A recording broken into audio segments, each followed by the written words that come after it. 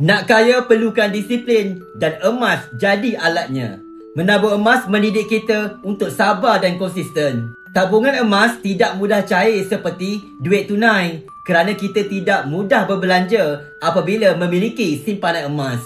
Emas mampu mengawal nafsu boros kita berbelanja. Lama kelamaan simpanan emas kita akan sangat banyak bertambah dan bertambah kerana kita tidak sewenang-wenangnya menjual emas kita tanpa tujuan tertentu.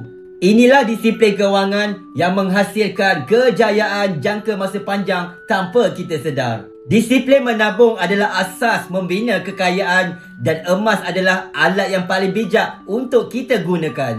Bagaimana nak mulakan simpanan emas bersama Public Gold? Di akaun simpanan emas Physical Gap, kita boleh menabung gram emas secara berdikit-dikit ikut bajet kita tanpa komitmen bulanan. Di akaun Emas Gap memberi flexibility kepada kita untuk menabung pada bila-bila masa sehingga kita mencapai target berat emas yang kita nak miliki, supaya dengan emas ini kita boleh jadikan asas untuk kita membina kekayaan kerana emas adalah simpanan yang paling kukuh nilainya, tidak terkesan dengan inflasi, tidak terkesan dengan kejatuhan nilai mata wang, dan yang paling penting, apabila duit tunai kita tukar jadi wang emas, ianya selamat daripada dicuri, dirompak, dikorek oleh diri kita sendiri. Klik link di bio Hafizul untuk daftar percuma akaun simpanan emas Physical Gap Public Gold. Hafizul bantu sebaiknya.